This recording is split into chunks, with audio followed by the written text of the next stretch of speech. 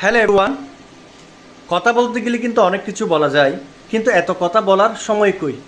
কিন্তু একটা কথা তো বলতেই হবে আমাদের, তাই না? রাজনৈতিক যে অস্থিরতা আমাদের মধ্যে সৃষ্টি হয়েছে, এটা কিন্তু আমরা সমাধান করতে গেলে অনেক প্রবলেম হয়ে যাবে।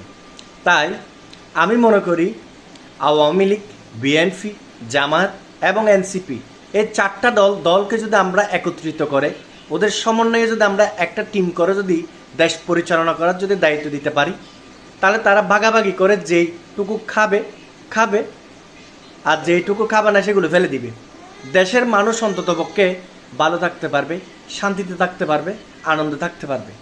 দেশের এই ধরনের অস্থিতিশীলতা আমাদেরকে অনেকটা ভয়ের মধ্যে দিন কাটাতে হচ্ছে, জনসাধারণকে অনেক ভোগান্তির মধ্যে পার করতে হচ্ছে।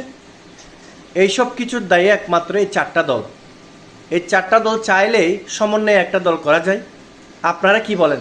কমেন্টসে একশো লাইন ধরে সিরিয়াল করে কমেন্টস করে যান। আর ভিডিওটা ভালো লাগলে সবাইকে দেখার সুযোগ করে দেবেন। অসংখ্য ধন্যবাদ।